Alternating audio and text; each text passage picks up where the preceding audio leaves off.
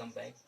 Class 10th का subject economics और chapter number 4 चलेगा, है ना। राष्ट्रीय वित्तीय संस्थाएं के बारे में जानिएगा। राष्ट्रीय वित्तीय जो संस्था होती है वह 3 प्रकार की लोन प्रदान करते हैं, मतलब 3 प्रकार के ऋण प्रदान करते हैं। लोन इंग्लिश में होता है, हिंदी में ऋण होता है ना। ऋण प्रदान करते हैं, है ना। वह कौन कौन सा होता है? तो अल्पकालीन, मध्यकालीन और दीर्घकालीन।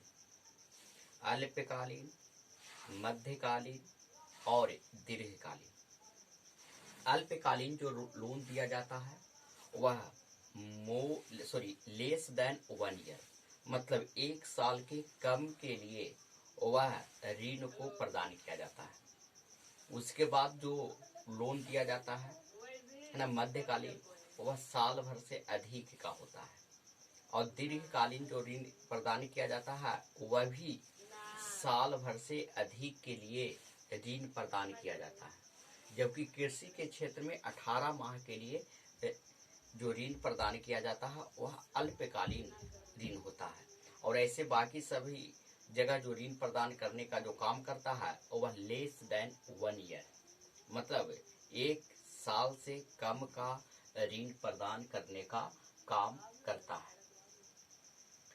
यहाँ पे जो राष्ट्रीय जो वित्तीय जो संस्था है वह इस संस्थाओं के द्वारा, है ना, काफी ज्यादा साख का निर्माण किया जाता है। साथ ही साथ बाजार में मौद्रिक बाजार, जहां उद्योग एवं व्यवसाय के क्षेत्र में, है ना, इसमें उद्योग एवं व्यवसाय के क्षेत्र में अल्पकालीन, दीर्घकालीन और मध्यकालीन ऋण का प्रदान किया जाता है। दीर्घकालीन जो वित्तीय व्यवस्था का जो प्रबंधन करता है वह लंबे समय के लिए किया जाता है, वह 5 साल के लिए भी हो सकता है। और दीर्घकालीन जो ऋण देने का जो काम करता है वह भूमि विकास बैंक करता है। कौन करता है? भूमि विकास बैंक दीर्घकालीन ऋण देने का कार्य करता है। उसके बाद है कुछ ऐसे क्षेत्र हैं, संगठित क्षेत्र हैं, जिसका डेटा सरकार के यहाँ रहता है। कुछ ऐसे क्षेत्र हैं जो सरकार के पास नहीं डेटा रहता है, उसको असंगठित क्षेत्र कहते हैं। संगठित क्षेत्र के अंतर्गत क्या क्या आते हैं?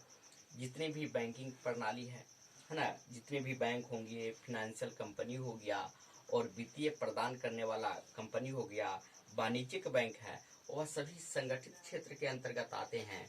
जबकि असंगठित क्षेत्र के अंतर्गत सेठ, साहूकार आते हैं, है ना, आपके परिवार आते हैं, है ना। ये सारे भी वित्तीय प्रदान करते हैं जिसका लेखा जोखा सरकार के पास नहीं होता है। जिसका लेखा जोखा सरकार के पास नहीं होता है उसे हम असंगठित क्षेत्र कहते हैं। सिंपल सी भाषा में, संगठित क्षेत्र जिसका लेखा जोखा सरकार के पास रहता है उसे हम संगठित क्षेत्र कहते हैं। जिसका लेखा जोखा सरकार के पास नहीं होता है उसे हम असंगठित क्षेत्र कहते हैं। और असंगठित क्षेत्र में महाजन हो गया, सेठ साहूकार हो गया, परिवार हो गया। अब परिवार के यहाँ से भी ऋण लेते हैं, है ना। आप परिवार के यहाँ से भी क्या करते हैं? ऋण लेते हैं।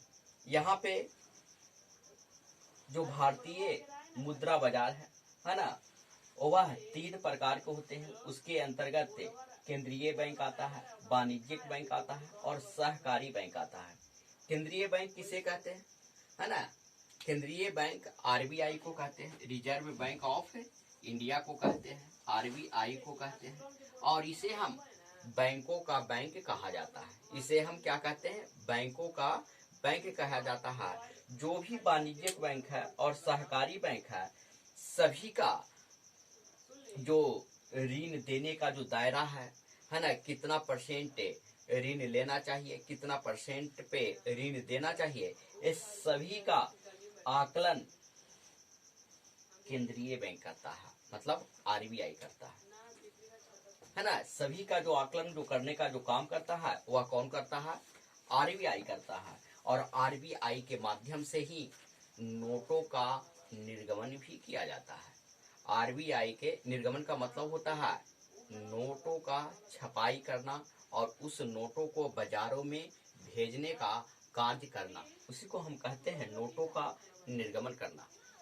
आरबीआई जब मन तब नहीं नोट छाप सकता है, इसका भी क्राइटेरिया फुलफिल करना होता है ना। आरबीआई नोट जो छापता है, जब इसके पास आरबीआई के पास 200 करोड़ है ना, कितना 200 करोड़ से पैसे कम जाते हैं, तब आरबीआई नोट का छपाई करते हैं।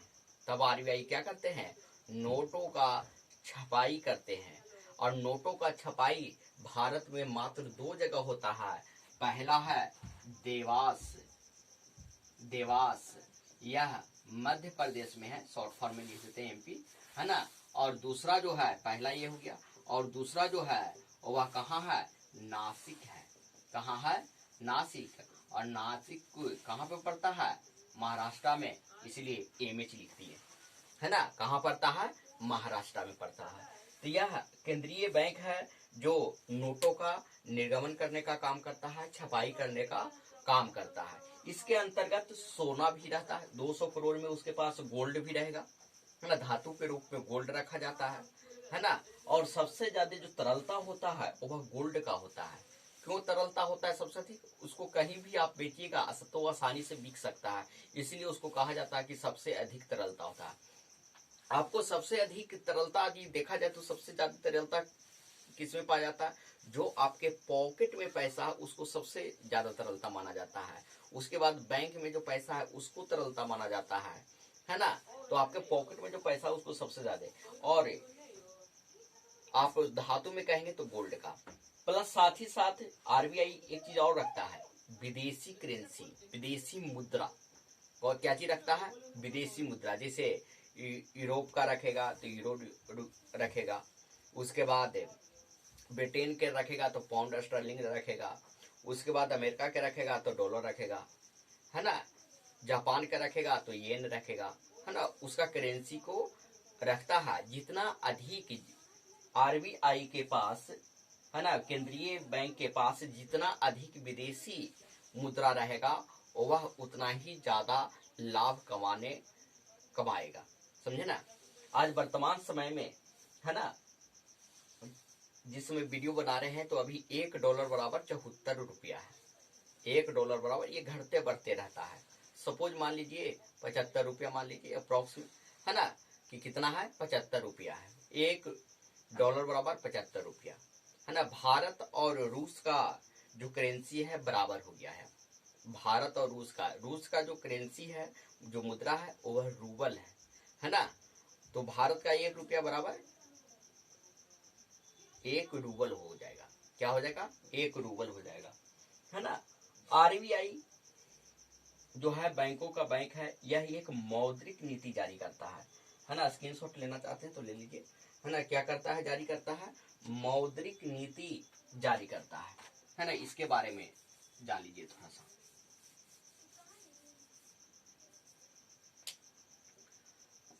मौद्रिक नीति जारी करता है ना।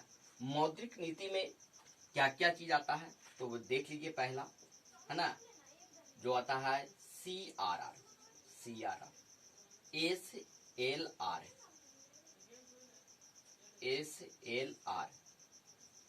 CRR, SLR, है ना, repo rate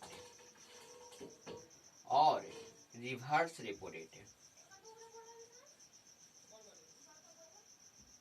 reverse repo rate,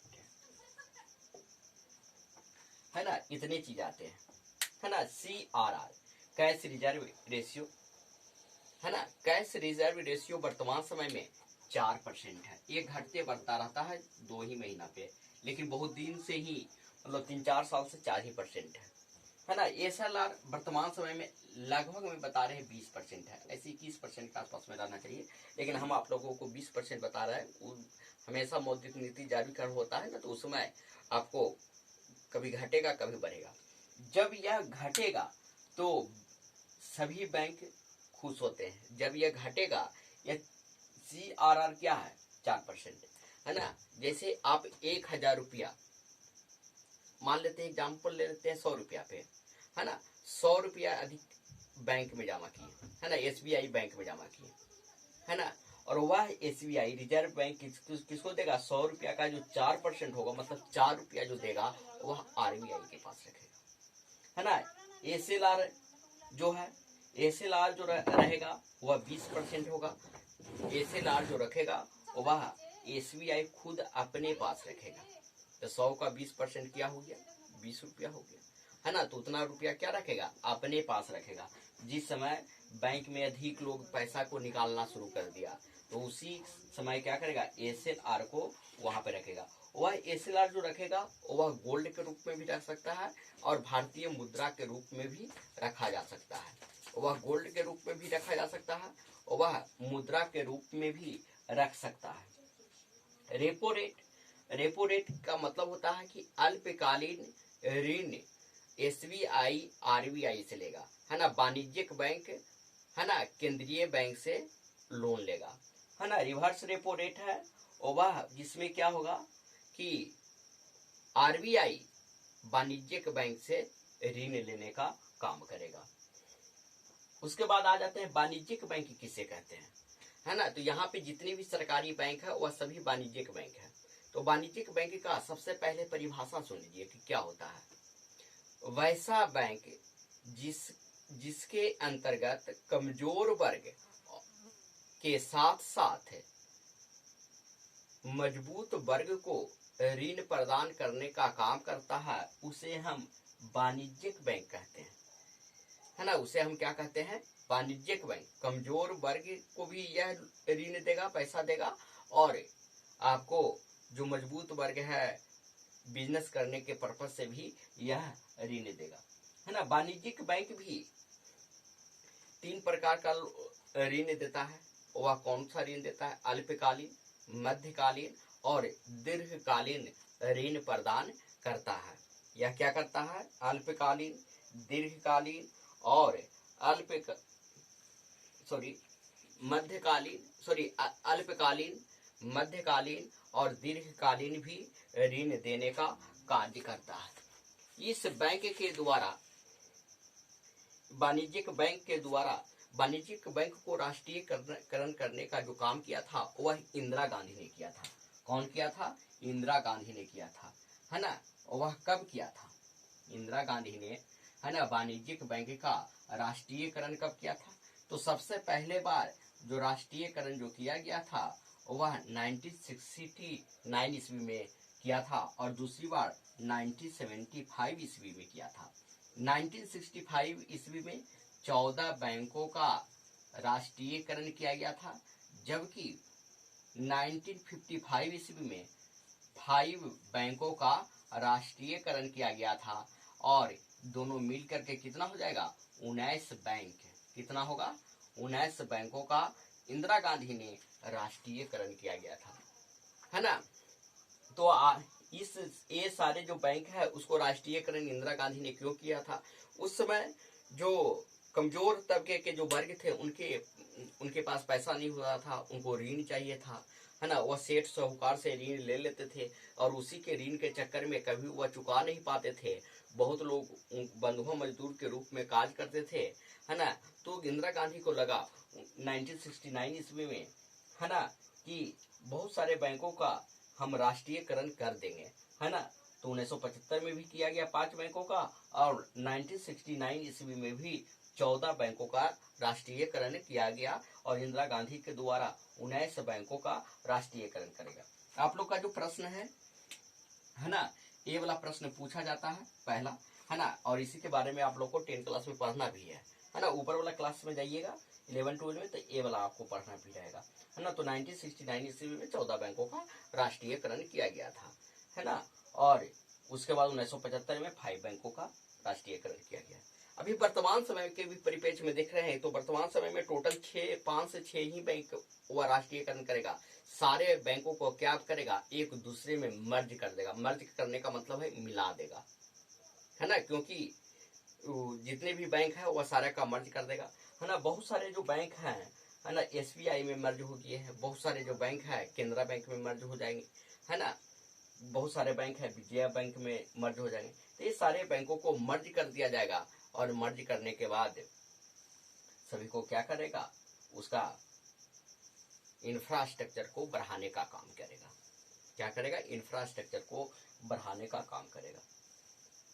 अब आते हैं सहकारी बैंक। सहकारी बैंक क्या होता है ना, यह भी जो कार्य करती है या आरबीआई के निर्देशानुसार ही कार्य करती है। यह कार्य कैसे करती है, यह आरबीआई के निर्देशानुसार ही कार्य करती है ना।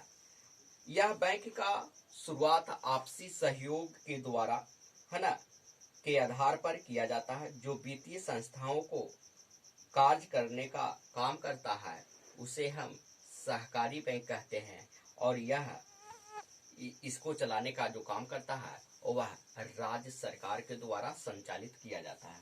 सहकारी बैंकों का जो संचालित करने का जो काम करता है वह राज्य सरकार के द्वारा किया जाता है, लेकिन इसका दिशा निर्देश देने का जो काम करता है वह आरबीआई के द्वारा किया जाता है। आगे है भारतीय पूंजी बाजार। भारतीय पूंजी बाजार, है ना, आपको ऋण देने का काम करता है, लेकिन यह जो ऋण देने का जो काम करता है वह कैसे करता है, तो यह ऋण देने का जो काम करता है वह दीर्घकालीन ऋण देता है ना।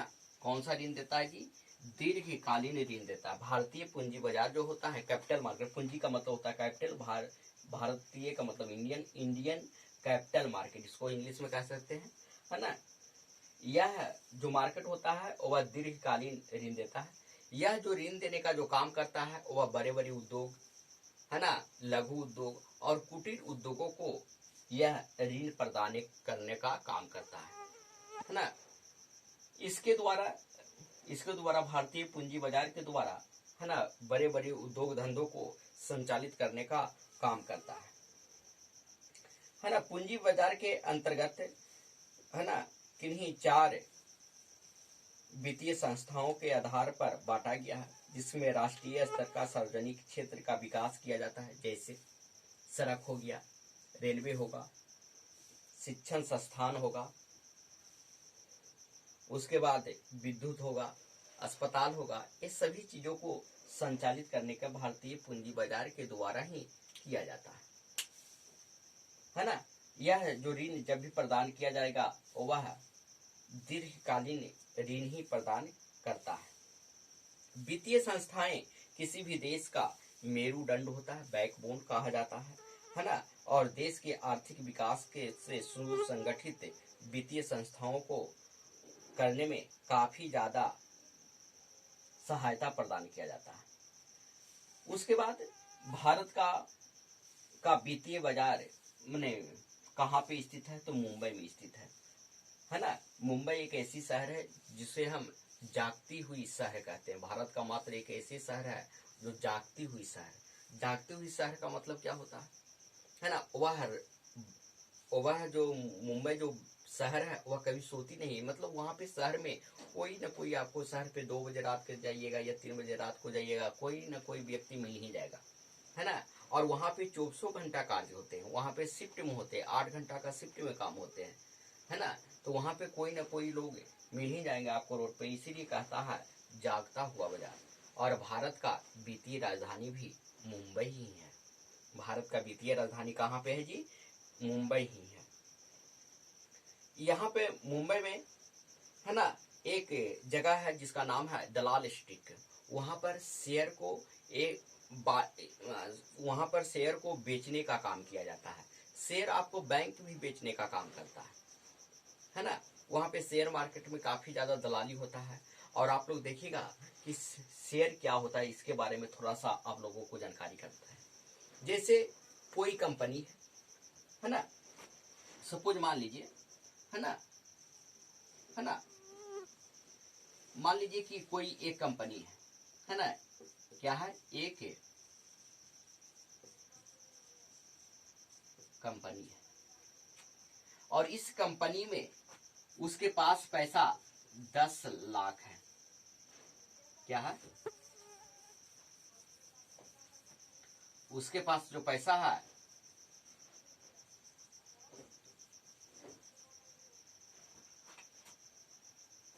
10 लाख है ना, तो उसको एक कंपनी है जिसको 10 लाख पैसा की आवश्यकता है, उसके पास पूंजी है 5 लाख है, पैसा उसके पास है, मतलब वह अपने को खर्च कर सकता है 5 लाख रुपया, है ना। और 5 लाख रुपया को वह शेयर जारी कर देगा, है ना। क्या करेगा, 5 लाख रुपया को क्या करेगा, शेयर जारी करेगा। क्या करेगा, शेयर जारी करेगा। क्या करेगा, शेयर जारी करेगा। तो वह शेयर, एक शेयर का रेट आपको 1000 भी रख सकता है, 500 रुपया भी रख सकता है, उसकी इच्छा पे निर्भर करता है। और वह मार्केट में छोड़ देगा, और मार्केट में छोड़ने के बाद जो व्यक्ति उस शेयर को खरीदेगा वह उस कंपनी का मालिक हो सकता है ना। बल्कि आप 1000 रुपया का शेयर लिए हैं, है ना, 2 ही शेयर लिए हैं, है ना, 500 रुपया का मान लीजिए शेयर है और 2 शेयर लिए हैं, तो आप भी उस कंपनी का मालिक है ना। वह कैसा मालिक है, यदि लाभ होगा तो आपको भी लाभ होगा। यदि 5% से लाभ हो गया या 10% से लाभ हो गया, तो 10% से सपोज मान लेते हैं, है ना, 10% से लाभ हो गया तो आपको भी 10% से एक्स्ट्रा दिया जाएगा। यदि 5% से घाटा हो गया उस कंपनी को तो आपको भी घाटा लग जाएगा, है ना। जितने भी शेयर धारक हैं वह सभी को घाटा लग जाएगा। जितने भी कंपनी हैं शेयर धारक हैं वह सभी को घाटा कर देगा। तो यहाँ पे जो शेयर जो जारी किया जाता है कंपनी के द्वारा, उसके पास पैसा नहीं रहने के कारण वह शेयर जारी करता है, जिसके चलते हमको मार्केट से पैसा आ जाए, और उसमें घाटा लगेगा तो आपको घाटा लगेगा, मुनाफा होगा तो आपको भी मुनाफा होगा। कभी कभी शेयर नहीं बिकता है, बड़ी बड़ी कंपनी जो होते हैं, पॉपुलर कंपनी होते हैं, उनका आसानी से शेयर होता है, रातों रात, जिससे रिलायंस रहेगा रातों रात शेयर बिक जाएगा, टाटा कंपनी है रातों रात शेयर बिक जाएगा, बिरला कंपनी है रातों रात शेयर बिक जाएगा। लेकिन बहुत सारे ऐसे कंपनी है जिसको शेयर नहीं बिक पाता है ना। उसको ग्राहक को लगता है कि मतलब कि यहाँ पे पैसा लगाएंगे तो हमको मुनाफा नहीं होगा, घाटा लग जाएगा, इसलिए शेयर नहीं बिकता है। तो वह शेयर को बेचने के लिए वाणिज्यिक बैंक को दे देते हैं, और वह एक दलाल के रूप में वह शेयर को बेचने का काम करता है। क्या करता है, बेचने का काम करता है। शेयर रहता है कैसे, एक कागज का टुकड़ा रहता है, उसको हम प्रतिभूति कहते हैं। जैसे आप जिस समय बैंक में जाकर के अकाउंट में पैसा जमा करते हैं, तो उसको आपको एक स्लिप देता हुआ इतना, है ना, उसी कागज के रूप में भी रह सकता है, कपड़ा के रूप में भी रह सकता है, उस शेयर को जारी करने के लिए, है ना, कपड़ा और शेयर के रूप में जारी कर सकता है। उसके बाद, है ना, प्रतिभूति बाजार, औद्योगिक बाजार, है ना, विकास वित्तीय संस्थान और गैर बैंकिंग कंपनियां भी इसमें होती है, जिससे को हम कहते हैं फाइनेंशियल कंपनी, है ना। उसके बाद है राज्य स्तरीय वित्तीय संस्थाएं। राज्य स्तरीय जो वित्तीय संस्था होती है उसमें बिहार के बारे संदर्भ में देखेंगे, बिहार के बारे में देखेंगे, है ना। वह बिहार की अर्थव्यवस्था का मुख्य आधार कृषि है। यहाँ पर लगभग 75% लोग कृषि पे आधारित कार्य करते हैं, है ना।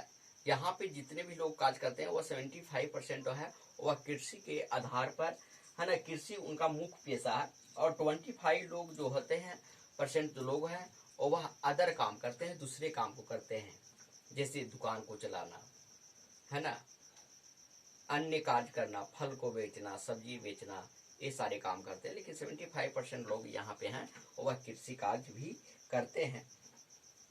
उसके बाद कृषि कार्य करने वाले लोगों को काफी कम इनकम होती है ना, काफी कम इनकम होता है। और काफी कम इनकम होता है तो वहाँ पे लोगों को रोजगार भी देने की मुहैया करवाने का काम करता है कुटीर उद्योग और लघु जैसे उद्योग होते हैं, उस उद्योग को देने का कार्य किया जाता है ना। लघु एवं कुटीर उद्योगों को देने का काम करता है ना। आज तक इतना ही था।